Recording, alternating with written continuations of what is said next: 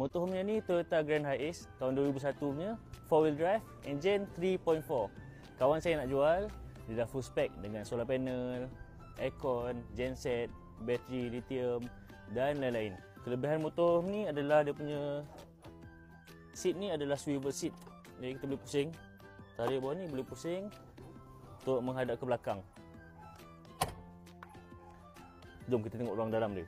Bila kita ada seat dekat depan ni yang boleh pusing, jadi kita boleh duduk beramai-ramai. Kat belakang ni pun ada meja makan, sini pun ada seat. Lepas tu kat atas ni pun boleh tidur. Dekat belah sini ada peti ais.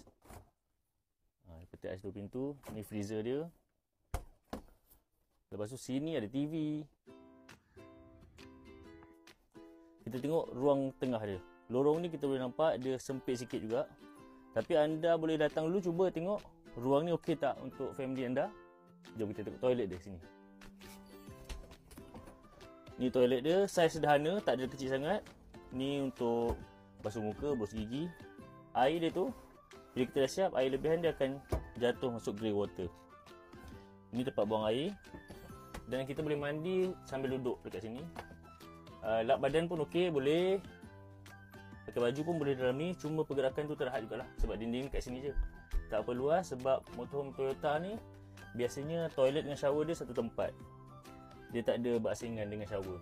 Mandi pun kat sini juga. Kalau anda datang, anda boleh cubalah. Cuba mandi. Lepas tu cuba konon-konon macam buang air. Cubalah. Kalau okey, maka motorhome ni sesuai untuk anda.